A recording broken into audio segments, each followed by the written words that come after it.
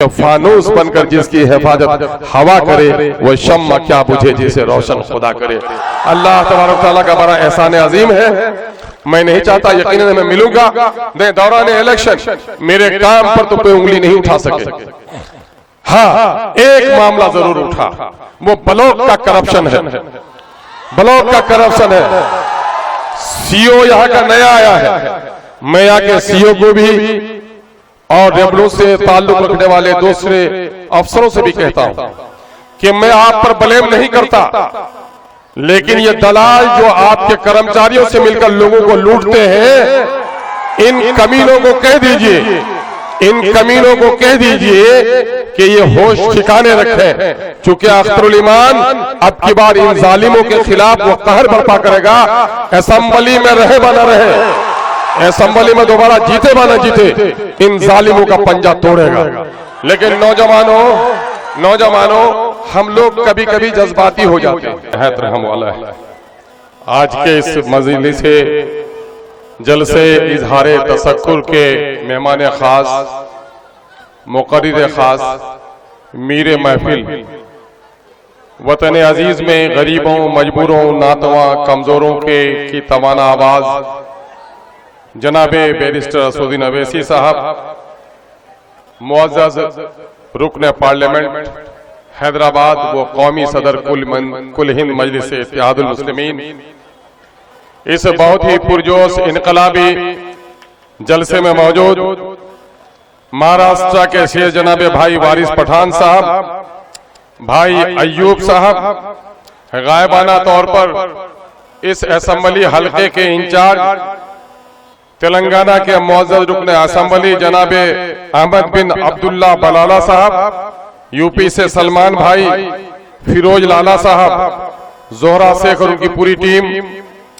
Party के general secretary जनाबे आफ्ताब साहब इंजीनियर, पार्टी के तर्जुमान जनाबे आदिल हसन एडवोकेट, 9 मुंतखब मेंबराने असेंबली मुअज़्ज़ज़ जनाबे तौसीफ आलम साहब बहादुरगंज, जनाबे भाई गुलाम सरवर साहब बायसी, जनाबे भाई मुर्शिद आलम साहब जोकी, अजीजी सरवर आलम साहब कोचा धामन, और पार्टी के उम्मीदवार रहे अररिया से जनाबे भाई मंजूर आलम साहब, कस्बा से भाई जनाबे शहनवाज साहब, ढाका से भाई राना रंजीत साहब, ठाकुरगंज से गुलाम हसनैन साहब, और किशनगंज से अजीजी शम्स आगाज साहब।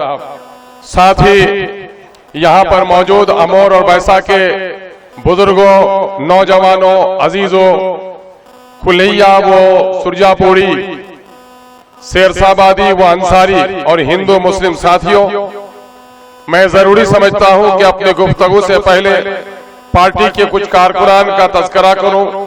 भाई जैनुल आबिदीन साहब, ताबिज साहब, भाई प्यारू, भाई फैयाज साहब, नुज़हत परवीन साहबा, अबसार भाई, तारिक बाबू, मनव्वर बाबू, इंजीनियर सद्दाम साहब, मेरी नुमाइंदगी कर रहे आजम रब्बानी साहब, पार्टी के अध्यक्ष भाई मुन्ना मुश्ताक साहब, काजी साहिद साहब, हाजी जैनुल साहब, मेहताब बाबू, मोइन बाबू, हलीम साहब, सरवर बाबू, फैयाज बाबू, नजमुल हक भाई, तकसीर भाई, काजी समीम साहब, बुने कुमार बाबू, नारायण यादव जी, अवधेश जी, भीम बाबू, रब्बानी साहब, महजूब बाबू, मौलाना मुकर्रम साहब, सरफराज साहब, मास्टर कौनैन साहब, बैसा से भाई जनाबे साहिद साहब, अलहाज नाहिद गनी साहब, मौलाना समीम रब्बानी साहब, मुफ्ती मंसूर आलम साहब बिशनपुर, जनाबे भाई मुखिया इफ्तिखार साहब, अकील बदर साहब, मास्टर तहजीब साहब, हाफिज रागिब साहब, अनीस बाबू, गुड्डू बाबू, आफ्ताब भाई,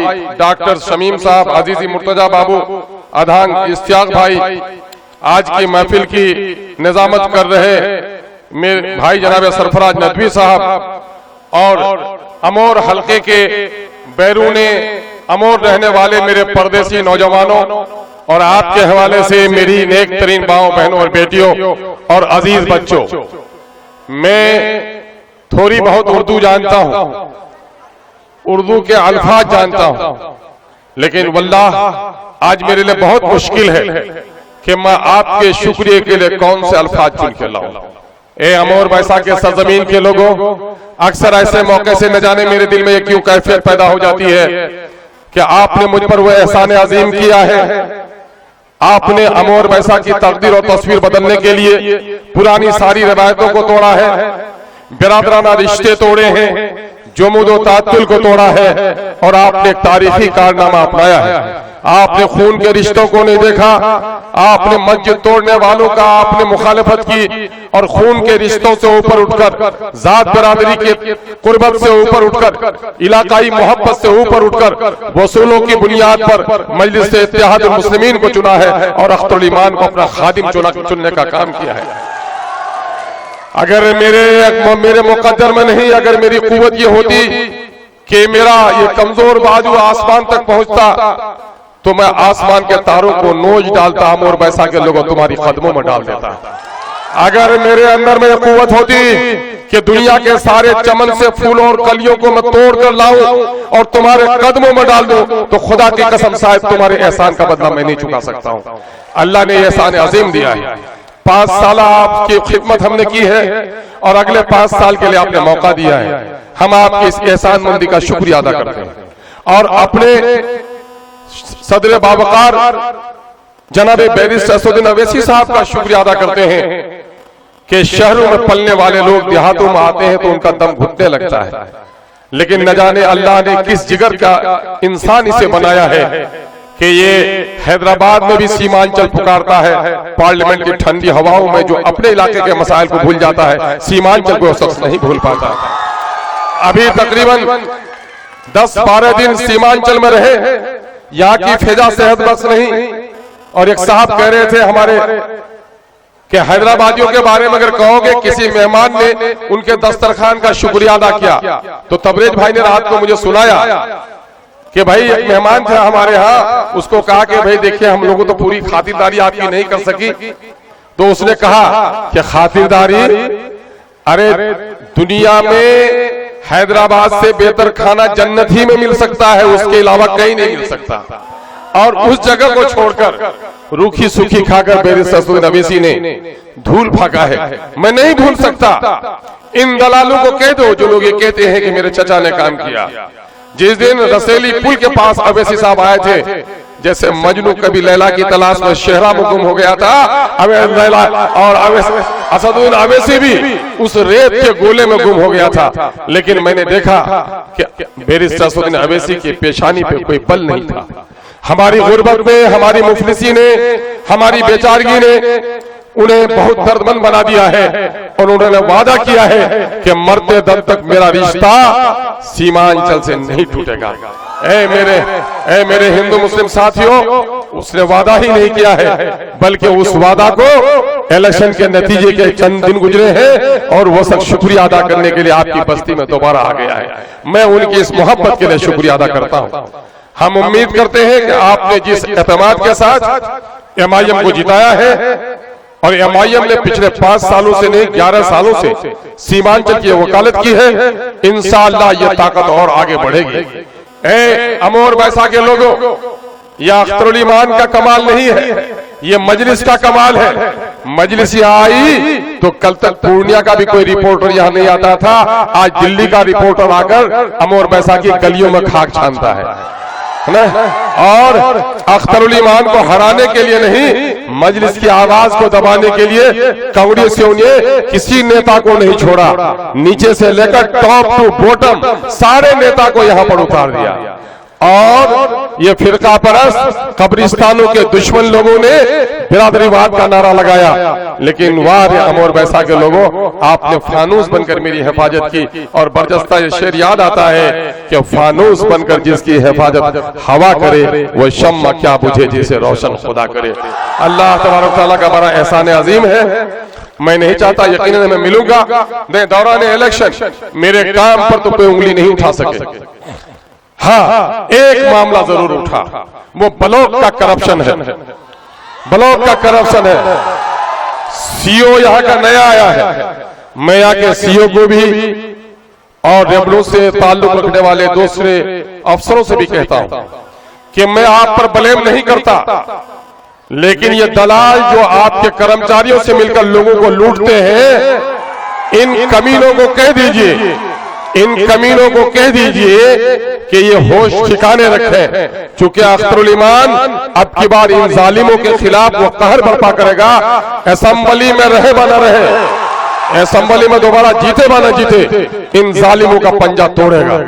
लेकिन नौजवानों हम लोग कभी कभी जज्बाती हो जाते हैं और अक्सर जज्बाती हो जाते हैं। एक बात सुन लो, अमेरिका का हकीम हो दवा लिख दे न खाओगे तो फिर दवाइयों का असर नहीं होगा, समझे।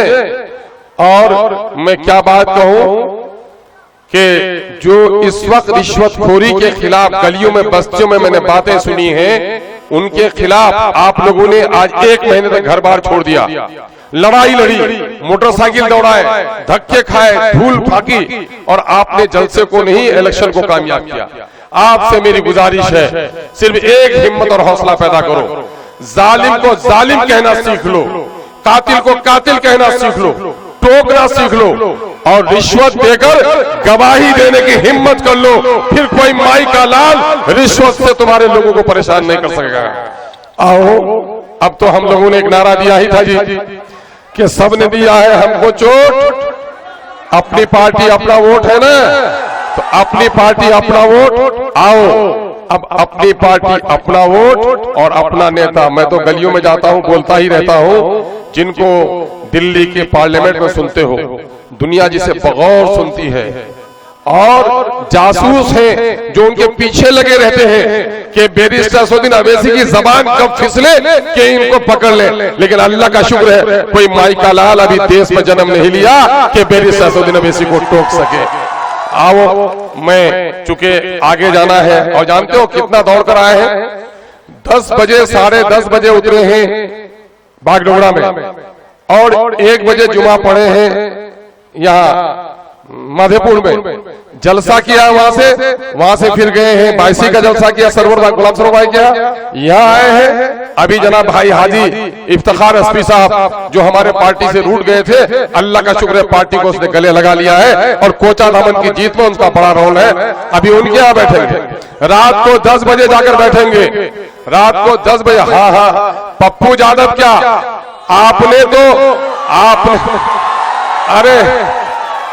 आपने तो पप्पू यादव को कह दिया कि पप्पू जी आपका नाम क्या है, उनका नाम पूरा राजेश रंजन उर्फ पप्पू यादव। अमोल ने बता दिया कि पप्पू यादव राजेश रंजन नहीं बन सके, अभी भी पप्पू ही है आप। ये काम आप लोगों ने करा दिया है। अब देखो कल का प्रोग्राम क्या है, सदर मोहतरम का कितना टाइट शेड्यूल है। तुम लोग कहते मिलते नहीं है, फोटो नहीं लेने देते हैं, बैठते नहीं है। जरा सोचो, कल सुबह 9 बजे उठेंगे, 10 से 11 प्रोग्राम करेंगे कोचा दामन में, 12 से 1 प्रोग्राम करेंगे जोकी में, और 1 से 2 प्रोग्राम करेंगे लोहागड़ा में, बहादुरगंज में, और फिर 4 बजे उनको एयरपोर्ट पहुंचना है। उनकी मसरूफियत, उनके तकाजों को समझो। उनकी भी तबीयत चाहती है कि सीमांचल के हर बच्चे से गले लगे, हर जवान से गले लगे। तुम्हारा गला लग सके न लग सके अजीजों, लेकिन तुम्हारे मसाइल की लड़ाई बैरिस्टर असदुद्दीन अवैसी लड़ता है ना। मैं बुला लूं उनको, मैं बुला लेता हूं कि मैं वही शेर पढ़ूंगा जो पढ़ता हूं।